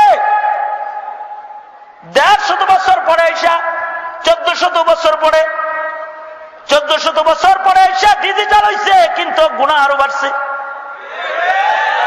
এটা জন্মসূত্রে কিন্তু আমাদের ফজিলত কিন্তু ভালো, সাহাবীর জন্মসূত্রে কিন্তু ফজিলত কম। যেরকম কাফের বাপের ঔরস থেকে সাহাবীর জন্ম হয়েছে, কাফের মায়ের পেট থেকে সাহাবী বাইর হয়েছে, দুনিয়ায় এসেছে, কিন্তু তার ঈমান আনার পরে গুনাহ দিয়ে তার ঈমান ঢাকে নাই, ঈমানকে আবৃত করে নাই। এ কারণে সাহাবীর ঈমান ঝলঝল করে। এ কারণে যার তার ঈমান নবীর নবুয়তের পাশে মানায় না, যারে তারে সাহাবীদের ঈমান নবীর নবুয়তের পাশে মানায়, কারণ সাহাবীদের ঈমান গুনার দ্বারায় আবৃত না, গুনার দ্বারায় ঢাকা না। চিল্লায় জোরে আওয়াজ দিয়ে বলেন ঠিক কিনা, জোরে বলেন। সাহাবায়ে কেরামের ঈমানটা রাসূলের নবুয়তের আলোর পাশে কেমন মানায়? চাঁদের পাশে তারকা যেমন মানায়। हम फख्र से कहते हैं हमारे हैं सहाबा, वल्लाह हमें जान से प्यारे हैं सहाबा। हम फख्र से कहते हैं हमारे हैं सहाबा, वल्लाह हमें जान से प्यारे हैं सहाबा, वल्लाह हमें जन से प्यारे सहाबा। उस चांद जो रोशन हुआ बतहा के उफुक पर, उस चांद के ताबंद सितारे सहाबा, उस चांद के ताबंद सितारे सहाबा। আকাশে যেমন একটা চাঁদ আছে, চাঁদের পাশে অগণিত তারকার আলো যেমন মানায়, মঙ্গল শনিরে চাঁদের পাশে মানায় না, আলো নাই। কিন্তু তারকারা যে কি চাঁদের পাশে মানায়। কত গ্রহ আছে, সব গ্রহর আলো নাই। আকাশের উপরে কত কিছু আছে, সবের আলো নাই। কত মানুষ আছে, কত মুমিন আছে, কত মুসলমান আছে, সবার ঈমানের মধ্যে আলো নাই। আলোগুলা গুনাহ দিয়ে ঢাইকা ফেলাইছে। পাকের ঘরের বাল্ব যেমন করে ঢাইকা ফেলায়, কালি দিয়ে ঢাইকা ফেলাইলে আলো নষ্ট হয়ে যায়। আমরা আমাদের ঈমানকে গুনার দ্বারা ঢাইকা ফেলাইছি। গুনার দ্বারা ঢেকে ফেলার কারণে আমাদের ঈমানের জ্যোতি কমে গেছে। ঈমানের জ্যোতি কমার কারণে আমাদেরকে কেমন যেন রসুলের নবুয়তের পাশে আমাদের ঈমান মানাইতেছে না, সরকারে দো আলমের উম্মত হিসেবে যেন মানাইতেছে না। এই কারণে গুনাহ হইলে কিন্তু তখন ঈমানের নূর নষ্ট হয়ে যায়, তখন শয়তান খুশি হয়ে যায় আর আল্লাহ নারাজ হয়ে যায়। গুনাহ যত বাড়তে থাকে তত শয়তানের কাছে প্রিয় হইতে থাকে, আর গুনাহ যত কমতে থাকে তত আল্লাহর কাছে প্রিয় হইতে থাকে। এজন্য কাফেররা আমাদের গুনাহ করাইতে পারলে খুশি হয়ে যায়। কাফেররা যখন আমাদের গুনাহ করাইতে পারে তখন খুশি হয়ে যায়, এটা ওদের একটা বিজয়। যখন গুনাহ করায় ফেলায় তখন ওরা খুশি হয়ে যায়। আমরা ডিজিটাল হইতেছি, কাফেররা খুব খুশি হইতেছে যে যত ডিজিটাল হইব তত জেনা করব, যত উন্নত হইব তত বেশি করে পাপাচার শুরু করব। আগে 3G ছিল না, ইন্টারনেটে স্পিড ছিল না, তখন গুনাহ যত কম হইছে এখন তার চেয়ে স্পিড বাড়ছে। এখন হাতে হাতে গুনাহ, হাতে হাতে গুনাহ, পকেটে পকেটে গুনাহ, পকেটে পকেটে গুনাহ, পকেটে পকেটে গুনাহ। এমনকি ওয়াজ মাহফিলের ভিতরেও গুনাহ, ওয়াজের ভিতরেও গুনাহ হইতেছে, মসজিদের ভিতরে গানের আওয়াজ হইতেছে গুনাহ। বাইতুল্লাহ শরীফের মধ্যে মুলতাজামে দাঁড়ায় দোয়া করব, মুলতাজামের স্বামী দাঁড়ায় রইছে, বিবি ছবি তুলতেছে গুনাহ। রওজা থারের সামনে দাঁড়ায় সরকারকে সালাম দিবে, দিলটা সরকারের দিকে নাই, নিজের চেহারা ভিডিও করতেছে। আমি হজে আইছি, বাইক নিয়ে দেখামো, সেডি করে রাখুন, দেখ কেমনি রওজা শরীফ জিয়ারত করছে। ইবাদতের কেন্দ্রের ভিতরে গুনাহ, মসজিদের মধ্যে গুনাহ, হিন্দি গান মসজিদের ভিতরে মোবাইল থেকে রিংটোন বাজতেছে, গুনাহ, পাপ বাড়তেছে। আরে আগের জমানার মানুষ গোপনে নিরিবিলি গুনাহ করে নাই, আর আমরা প্রকাশ্যে দিবালোকে গুনাহ। আমাদের রাজপথে গুনাহ, রাজপথে গুনাহ, রাজপথে গুনাহ, রাজপথে গুনাহ। আমাদের নিরাপত্তার প্রহরার ভিতরে নিরাপদে গুনাহ। আর আগের জমানায় কিন্তু বন্ধ ঘরের ভেতরে গুনাহ করে নাই, এমনকি মরু প্রান্তরে গুনাহ করে নাই। হযরত ওমর মরু প্রান্তরে যায় এক রাখাল রে বলতেছে, একটা ছাগল বেচালা। ছাগল বেচনে মনিব রে কি কমু, মনিব দেখে নাকি তোরে কিছু কইব? রাখাল কয়, ইয়া হাযা ফাইনাল্লাহ, আগন্তুক রে তোর কি আল্লাহর ডর নাই? মনিব দেখে না, তাই বুঝে কি মরু প্রান্তরে তাকায় আমার মালিক আল্লাহ তাআলা বুঝি আমারে দেখে না। আল্লাহু আকবার বলেন। মরু প্রান্তরের ভেতরেও গুনাহ নাই, অন্ধকার তিমির রাত্রি অন্ধকারের ভিতরে গুনাহ নাই। মা কন্যা কি বলতেছে, যুগগুলা ভালো কেন? আবু বকর খলিফাতুল মুসলিমিন, উমর হইল বিচারপতি। উমর 2 বছর পরে যায় কয়, বিচারপতি গিরি ফেরত দিয়ে দিলাম। কেন কেন? 2 বছর ধরে পালন করতেছি, একটা বিচার করতে পারলাম না। এমন চেয়ার পাহারা দিয়ে লাভ কি? এর চেয়ে নফল বললে ভালো। জমানা কত ভালো, উমরের যুগ। উমর রাস্তা দিয়ে হাইটা যাইতেছে, মা তার কন্যাকে বলতেছে, অল্প দুধ, টাকা কম হইব, পানি মিশাও, বাড়ায় দাও। কন্যা বলে, মা দুধের মধ্যে পানি মিশাইলে উমর কি বিচার করবে জানোনি? মা কয়, কন্যা উমর দরজায় দাঁড়ানো নাকি? আসলেও কিন্তু হযরত উমর দরজায় দাঁড়ায় রয়েছে, দরজায় দাঁড়ায় রয়েছে। মেয়ে তার মাকে জবাব দিতেছে, মারে খলিফা উমর দেখে না, তাই বলে কি আল্লাহ দেখবো না? মা অন্ধকারের ভেতরে গুনাহ নাই, এমনকি জালেমের জুলমের ভেতরেও গুনাহ নাই। জালেম জুলুম করে গুনাহ করাইতে চাইতেছে, তখনও গুনাহ নাই। একটা হাদিস পড়ছি, সরকার দো আলম নবী আবু হুরায়রার হাত ধরে ওয়াজ করতেছে। আল্লাহর রাসূল বলেন, মাইয়া খুযু আন্নি হাউলাইল কালিমাত ওয়া ইয়ামালু বিহিন্না আও ইউআল্লিমু মাইয়া আমালু বিহিন্না। আসো কি আমার কথা শুনবা আমলের ওয়াদা দিয়া, আমার কথাগুলা আমার উম্মতের কাছে পৌঁছায় দেওয়ার ওয়াদা দিয়া? কে আসো আমার কথা শুনবে? হযরত আবু হুরায়রা হাত তুলে বলে, আনা ইয়া রাসূলুল্লাহ, আল্লাহর নবী গো, আমি আমলের ওয়াদা করে আপনার ওয়াজ শুনবো। সরকারে তো আলম নবী আবু হুরায়রার হাত ধরলেন।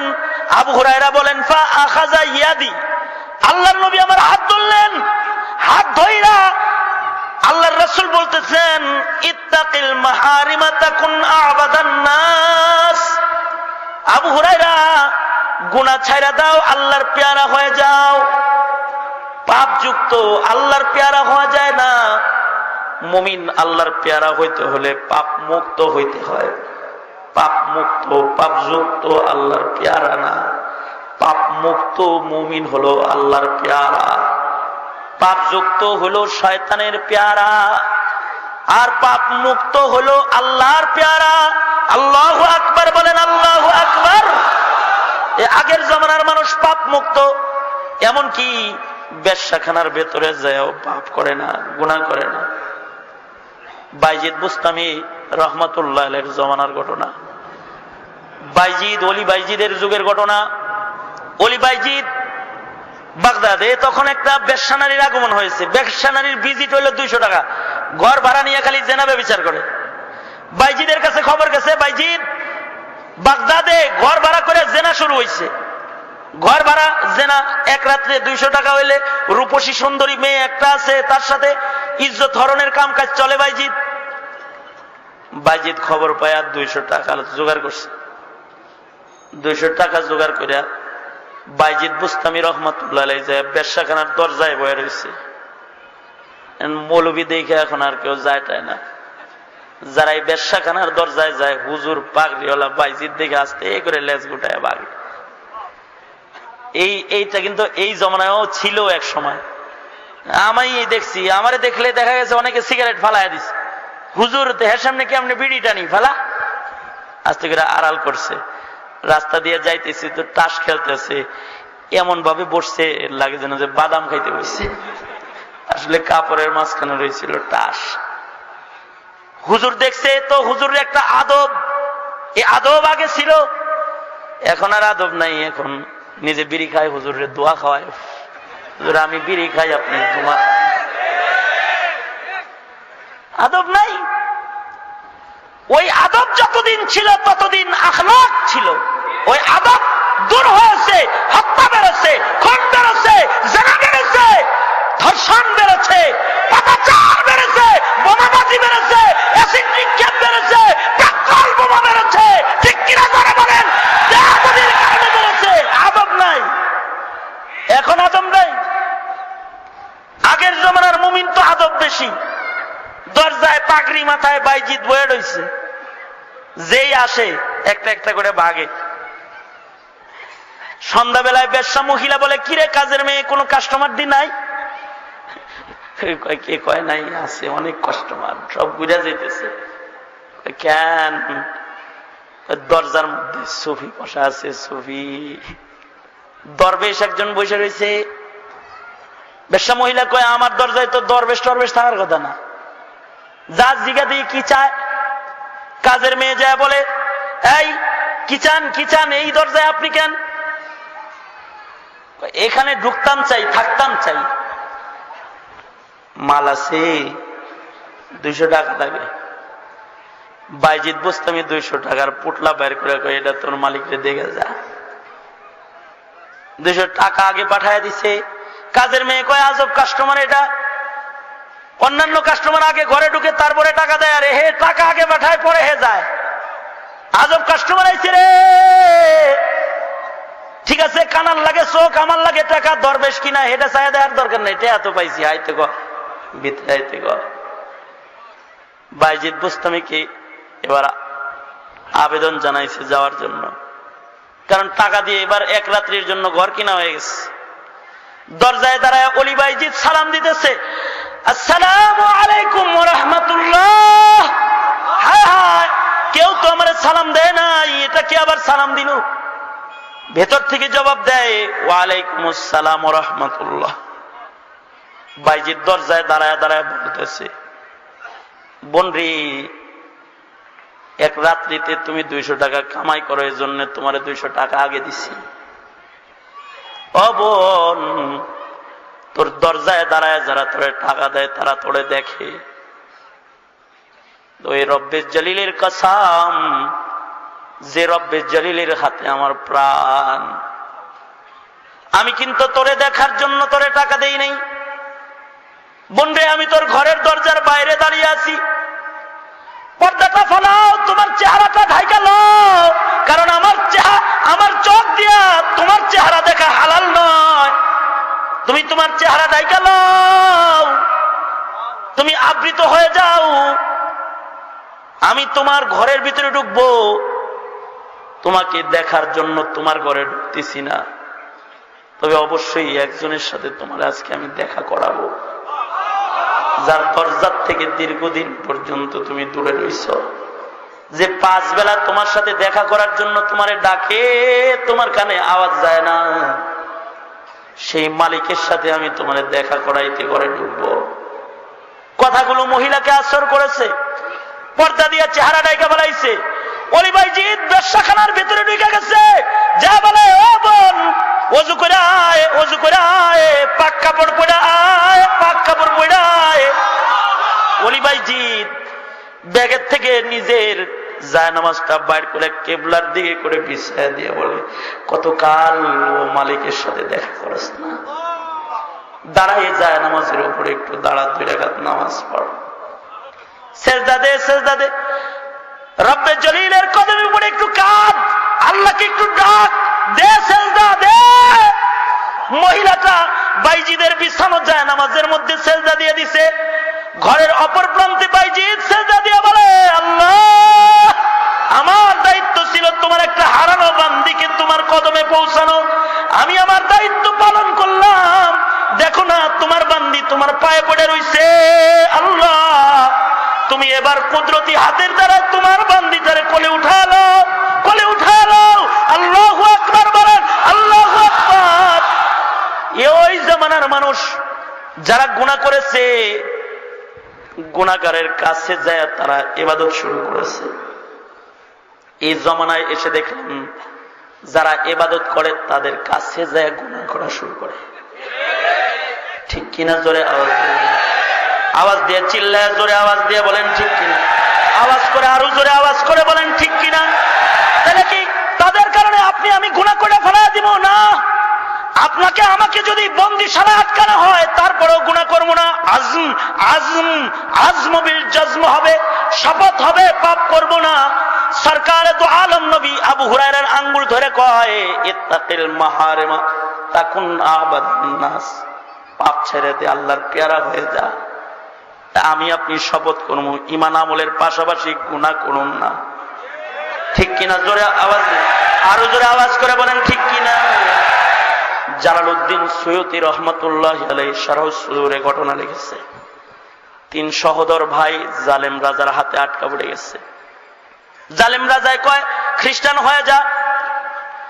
3 সহোদর ভাই, 3 জন আপন ভাই, 3 জন কালেমাওয়ালা মুমিন। তারা বলে, কেন খ্রিস্টান হবো কেন? আমি মুসলমান, মুসলমানের জন্য আল্লাহর জান্নাত আছে, আমরা জান্নাতমুখী। জালেম রাজায় কয়, যদি কালেমা না ছাড়স, ইসলাম না ছাড়স, তাহলে কিন্তু আগুনে জ্বালামু।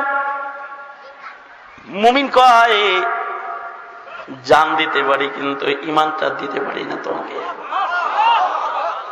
খ্রিস্টান আল্লামা জালালউদ্দিন সুয়ুতী রহমাতুল্লাহ আলাইহি ওয়াকিয়া লিখতেছে শারহ সুদূরে, জালেম রাজায় কয় 3 দিন আগুন গরম, আগুনের মধ্যে তেল গরম করো, গরম তেলে ভাজমো এটি। 3 দিন পর্যন্ত বড় কড়াইয়ের মধ্যে আগুন জ্বালায় তেল গরম করছে। গরম তেলের সামনে আইনা 3 ভাইরা হাজির করছে। দেখ, নজর করে তাকায় দেখ, দেখ তাকায়, কড়াইয়ের মধ্যে আগুন দাও দাও করে জ্বলতেছে তেলের ভিতরে, এটার ভিতরে ভাজমো। কিন্তু 3 জন বলতেছে, ওটা কি আগুন নাকি? ওইটা তো দেখি জান্নাতের দরজা, ওইটার ভিতরে ফালাইলে তো জান্নাতেই চলে গেলাম। ওখান থেকে নামা করে ডাকতেছে, উদখুলুহা বিসালাম। ওখান থেকে না জান্নাতের আহ্বান পাওয়া যায়। আল্লাহু আকবার, জোরে বলেন আল্লাহু আকবার। জালিম রাজা 3 ভাইয়ের 1 ভাই বড় ভাইরে ধইরা আগুনের ভিতরে ফালায় দিছে। গরম তেলের কড়াইয়ের মধ্যে ফালানোর সাথে সাথে গোশতগুলা তেলের মধ্যে মিশে গেছে, হাড্ডিগুলা তেলের মধ্যে খড়কোটার মতো ভাসা আরম্ভ করছে। 2 ভাইরে দাঁড় করায় বলে, দেখলি না তোর ভাইরে কেমনে আগুনে জ্বালাইলাম, তোকেও জ্বালামো। কিন্তু না, দেখলাম ভাই জান্নাতে গেল, পিছে পিছে আমাকে যাইতে গেল। এগুলো বড় শক্ত মুমিন রে, এটিরে জ্বালা রাখা যাইব না। জালিম রাজায় 2য় ভাইরে ধইরা আগুনের গরম তেলের ভেতরে ফেকে ফালায় দিছে। গরম তেলের মধ্যে জালিম রাজায় ফেলে দিলে তেলের মধ্যে 2য় ভাইও শাহাদাত বরণ করেছে। 3 নম্বর ভাইরে কয়, তুই ইসলাম ছাইরা দে, তাছাড়া তোরেও ফালাম। 2 ভাই গেছে, আমি একা দূরে থাকবো কেন, আমিও আল্লাহর কাছে যাইয়া ফালায়া দাও। জালেম রাজা মনে করতেছে মারলেই জিতলাম, জালেম মনে করতেছে মারলাম তো জিতলাম। 3য় ভাইরে আগুনের ভিতরে ফেলবার চায়। ঠিক ওই সময় মজুসি একজন আইসা বলে,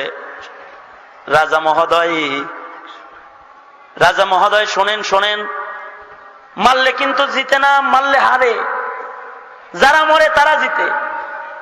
আপনি মারলেন, মরল, হাইরে গেলেন। মেরে ফেললেন তো হেরে গেলেন। কারণ কি? কারণ হলো এটারে মাইরেন না, এটারে রাখেন, এটারে একটু গুনাহ করাই, মাইরেন না, গুনাহ করাই। মারলেন তো হেরে গেলেন। কারণ হলো মুসলমানকে মারলে মুসলমানের রক্তের একটা তাসির আছে। মুসলমানের রক্ত যেই জমিনের উপরে পড়ে ওই জমিন ইসলামের জন্য, কোরআনের জন্য সাবকাওয়ালা হয়ে যায়। এটা দলিল হয়ে যায়। দুইটারে মারছেন, আর একটারে মারবেন, তিনজন মরবো। খ্রিস্টানরা তাকায় দেখবো যে মরে, কিন্তু তাও কালেমা ছাড়ে না, তাহলে ওইখানেই জান্নাত। সবাই কালেমা পড়ে মুসলমান হয়ে যাবে, পরে করবে। মুসলমানের রক্তের তাসির আছে, দাম আছে। মুসলমানের রক্তের দাম আছে। এজন্যই তো মুহাম্মদুর রাসূলুল্লাহর রক্ত পর্যন্ত আল্লাহ তাআলা বদরের ময়দান, উহুদের ময়দানে ঝরাইছে। আপনাদের প্রশ্ন হইতে পারে, রাসূলের দান কেন শহীদ হয়েছে? হ্যাঁ, শুধু মুসলমান রক্ত দিবে কেন? ইসলামের জন্য। ইসলামের জন্য ইসলামের পয়গম্বর, কোরআনের পয়গম্বরের রক্ত নিবে। এ কারণে আল্লাহ তাআলা সরকারে দু আলমের রক্তটাও নিলেন, ইসলামের জন্য নিলেন। উহুদের ময়দানে রাসূলের দান নিলেন। নবীর দান, নবীর রক্ত বৃথা যায় নাই। এ দান আর রক্তের ফোঁটার বদৌলতে ফতেহ মক্কা হয়েছে। বাইতুল্লাহর মিনারায় আল্লাহু আকবার আযান জারি হয়েছে। মনে রাখতে হবে মুসলমান, মনে রাখতে হবে মুসলমানের গায়ের তাজা রক্ত যদি কোন জমিনের উপরে পড়ে যায়, তাহলে ওই জমিন চিরদিনের জন্য ইসলামের নামে দলিল হয়ে যায়, ইসলামের জন্য দলিল হয়ে যায়। বাংলার জমিনে যদি কখনো মুসলমানের রক্ত চলে যায়, মনে রাখতে হবে চতুর্দিকে যেহেতু মুশরিক আছে, এই কারণে ইসলামের রক্ত দিয়ে ইসলামের নামে জমিন দলিল হইতেছে। ইসলামের রক্ত, ইসলামের জন্য কিছু রক্ত ঝরায়, এর হুদুদ মজবুত হইতেছে। কাবার হুদুদ যেমন মজবুত, হুদুদে হারাম কাফেরের ঢোকার ইজাজত নাই। মদিনার হুদুদ যেমন মজবুত, হুদুদে হারাম কাফেরের ঢোকার অনুমতি নাই। মনে রাখতে হবে তোমাদের রক্তের বিনিময়ে এ বাংলা যেমন স্বাধীন হয়েছে, তোমাদের রক্তের বিনিময়ে একদিন এ বাংলার হুদুদ কায়েম হবে। কাফেরের ঢোকার অনুমতি নাই, কাফেরের ঢোকার অনুমতি নাই। ঠিক কিনা জোরে আওয়াজ দিয়ে বলো, ঠিক কিনা জোরে বলো। ভাইরা আমার, এ বাংলায় স্বাধীনতা রক্ষার জন্য, স্বাধীন করার জন্য যেমন বাংলার মুক্তিযোদ্ধারা রক্ত দিয়েছে, এ বাংলায় কোরআন, ইসলাম, দ্বীন ধরে রাখার জন্য স্বাধীন বাংলার ইসলামী মর্দে মুজাহিদ মুক্তিযোদ্ধারাও রক্ত প্রয়োজনে দিবে। সন্দেহ নাই, এটা সন্দেহ। কেউ যদি সন্দেহ করে তাহলে সে ঈমান বুঝে না, ঈমান বুঝে না, ঈমান বুঝে না। সে মুমিনের রক্তের দাম আছে। মারতে পারলে লাভ না, ছাড়তে পারলে লাভ। ছাড়তে পারলে কি মজুসি কয়, ছাড়তে পারলে কিন্তু লাভ, মাইরা লাভ নাই, একটারে ছাইরা দেন। 40 দিন আমারে টাইম দেন, গুনাহ করাইলে একাই খ্রিস্টান হয়ে যাবে। কেমনে গুনাহ করাইবা? কয় আমার যুবতী সুন্দরী মেয়ে দিয়া রাজমহলের ভিতরে 40 দিন আটকায় রাখি, তাহলে একাই গুনাহ করে ফেলাইব। 40 দিন যুবক যুবতী ঘরের ভিতরে বন্দী থাকলে গুনাহ না করে পারবে না। আমার মেয়েটা বড় রূপসী সুন্দরী। জালালউদ্দিন সৈয়দী রহমতুল্লাহ লেখেন, মাজুসির মেয়ে দিয়া মর্দে মুমিনকে রাজমহলের বিশাল প্রাসাদের ভিতরে আটকায়া দিছে 40 দিন। 40 দিন পরে মাজুসি যা ঘরের দরজায় দাঁড়াইছে, রাজার কাছ থেকে ছুটে আনলাম, 40 দিনে গুনাহ করামু মেয়ে। 40 দিন রাজপ্রাসাদের ভিতরে এক জায়গায় আনন্দ ফুর্তিতে রইলি, কি গুনাহ করাইলি? মেয়েটার সাথে সাথে চোখের পানি ফেলে কেঁদে দিয়েছে। কান্দে আর কয়, বাবা 40 দিনের মধ্যে নিজের চেহারাটা তারে দেখাইতে পারলাম, যৌবন জৌলস সুন্দর পোশাক পয়রা তার চোখের সামনে যায়, কত বাহানা, কত আমি অভিনয় করলাম। কিন্তু এটা কেমন মুমিন বাবা জানো? চোখটা দিয়ে আমার একটু তাকায় দেখলো না। সে বলে, এ চোখ তোমায় দেখার জন্য না, এ চোখ আল্লাহ দেখার জন্য, তোমাকে দেখবো না।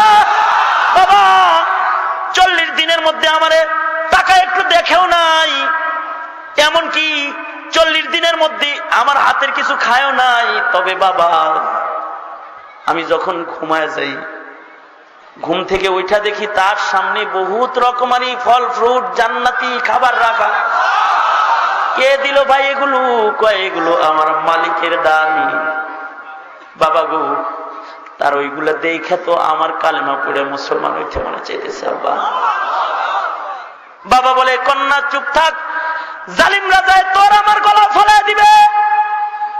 গোপন কর, গোপন কর, এখান থেকে তো করে আগে বার করি। কেমনে বার করবা? পলিসি আমার কাছে আছে। মাজুসি যায় রাজাকে বলে, রাজা মহাদয় জানেন জানেন, একটা ভাইয়ের সামনে তার আপন দুইটা ভাই আগুনের তেলের ভিতরে ভাজি করছেন। সচক্ষে দেখছে, মাথা ঠিক নাই, পাগল হয়ে গেছে। নারী আর পুরুষে এখন চিনে না, জেনা করবে কি? নারী পুরুষও চেনে না।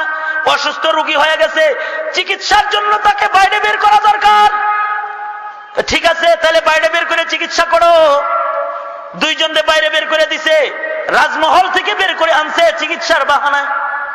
রাতের বেলায় যুবতী মেয়েটা দেখতেছে, যুবক সেজদা দিয়ে আল্লাহরে কান্দে আর কয়, আল্লাহ একই মায়ের পেটে জন্মাইলাম, দুইজন তোমারে পাইল, আমি পাইলাম না। তুমি তো ইচ্ছা করলে, তুমি তো ওই রহমান মালিক, যে মালিকই জালিম রাজার বন্দিশালার থেকে বাহানা করে আমারে বাইর করে আনতে পারো, ওই মালিক তো তুমি দুনিয়ার বন্দিশালার থেকে বাইর করে জান্নাতেও নিতে পারো। নেও না, নেও না আল্লাহ, আমায় নেও না একটু, আমার ভাইরা গেল, আমারে তুমি নাও। এই কথা বলে সেজদা দিয়ে যখন যুবকটা কাঁদতেছে, মেয়েটা পিছনে দাঁড়ায় বলে, ভাই 40 দিন তোমার সাথে রইলাম, একা একা যাও না, আমারেও লয়ে যাও। আমি কালেমা পড়ে মুসলমান হয়ে গেলাম। যুবতীটাও কালেমা পড়ে মুসলমান হয়ে যায়। এবার যুবতী বলে, আমিও মুসলমান, তুমিও মুসলমান, দুইজনে বিয়ে করে ফেলি। তাহলে তুমি আমার স্বামী, আমি তোমার স্ত্রী, তাহলে একসাথে চলাফেরা করা হালাল হয়ে যাবে। মুসলমান জবাব দেয়, তুমি মুসলমান হয়েছো বটে, কিন্তু তুমি আমার পেছনে থাকো। যতক্ষণ পর্যন্ত নবীর সুন্নত তরিকায় সাক্ষীর মাধ্যমে তোমাকে বিবাহ না করব, ততক্ষণ পর্যন্ত তোমার দেখা হালাল না। এখন তো বিয়া নরমাল হয়ে গেছে। বিদেশে চাকরি করে ফিলিপাইনে একটা খ্রিস্টান বিয়ে করে লয়েছে। বিদেশে চাকরি করতে যায় ইহুদি বিয়ে করে ফেলাইছে, নাসারা বিয়ে করে ফেলাইছে। কিন্তু মুসলমানের বিয়ে এরকম না। তাই মুসলমানের বিয়ে হালাল। জালালউদ্দিন সৈয়দীর কথা বলতেছি, নিজের কথা না। মুসলমানের বিয়া সাক্ষী মতো হইতে হবে, মুসলিম কায়দায় হইতে হবে। তাহলে কই যাবা? কয় চলে যাই, মুসলিম বস্তিতে চলে যাই। মুসলিম জনবস্তিতে চলে যাওয়ার জন্য রাতের আধারে রওনা দিছে। যখন যুবকটা হাইটে যাইতেছে, যুবতী পিছে পিছে হাঁটতেছে, তখন যুবকটা দেখতে পায় দুইটা নুরানি ঘোড়ায় সওয়ার হইয়া দুইজন আসতেছে। কাছাকাছি আসলে দেখে তার আপন ভাই দুইজন আসতেছে, যারা শহীদ হয়েছে। দেখে বলে, ভাই রে, তোরা না শহীদ হইলি, তোরা আইলি কেমনে? ভাইরা ঘোড়ার উপরে বৈশা কয়, ওয়ালা তাহসাবান্নাল্লাযীনা কুতিলু ফী সাবিলিল্লাহ, ওয়ালা তাহসাবান্নাল্লাযীনা কুতিলু ফী সাবিলিল্লাহি আমওয়াত বাল আহইয়াউ ওয়ালাকিন লা তাশউরুন। এই আল্লাহর রাহে যারা শহীদ হয়, তাগরে মৃত মনে করো না, আমরা জিন্দা, আমরা জিন্দা। এই আগুনে পড়ছি আর শাহাদাতের মর্যাদা জীবিত হইয়া বরজখে ঘোরাফেরা করতেছি। তবে ভাইরে, আলমে বরজখ থেকে আল্লাহর নির্দেশে তোমার কাছে আইছি, তোমার একটা খুশখবরি দিতে আসছি। আমাদের রক্ত যেমন কবুল হয়েছে, তার চাইতে অনেক বেশি কবুল হয়েছে তোমার গুনাহ না করা। তুমি যে গুনার বন্দিশালার ভিতরেও গুনাহ করো নাই, রক্ত দিয়া যত উপরে উঠছি, গুনাহ না কইরা তার চাইতে বড় জান্নাতে গেছো। আল্লাহু আকবার বলেন, আল্লাহু আকবার। মুসলমান গুনাহ না কইরা মর্যাদার মাকাম দখল করবে। এই কারণে আবু হুরায়রা আঙ্গুল ধইরা রাসূল বলে, ইত্তাকিল মাহারিমা তাকুন আবাদান নাস। যুবক ভাইরা, তোমরা যারা আমার বয়ানে এসেছো, তুমি মুসলমান, গুনাহ করবে না। তোমার মোবাইলে গুনার মেমোরি কার্ড তুমি রাখবা না, তুমি মুসলমান। জেনা ব্যভিচার মোবাইলের ভিতরে রাখবা না, পকেটে তসবিহ থাকবে, জেনা থাকবে না, থাকবে না, থাকবে না। ঠিক কিনা? জোরে আওয়াজ দিয়ে বলেন ঠিক কিনা। রাজি আছেন তো? রাজি আছেন তো ইনশাআল্লাহ? কারা কারা রাজি? কারা কারা রাজি? এ আল্লাহ, এই যে সকলে হাজার হাজার জনতা হাত তুলেছে, রব্বে কারীম গো এরা নাকি গুনাহ করবে না। এ আল্লাহ বয়ান শোনার পরে যারা গুনাহ না করবে, গুনাহ থেকে বাঁচবে ওয়াদা করেছে, এই হাতগুলো ওরা তুলছে, ওদের এই হাতগুলোকে কুদরতের বেড়ি দিয়ে গুনার কাছ থেকে তুমি বাইন্ধা দিবা। রব্বে কারীম এই হাতগুলোকে তুমি কবুল করে নাও। আরো জোরে আওয়াজ করে জোরে বলেন আমিন।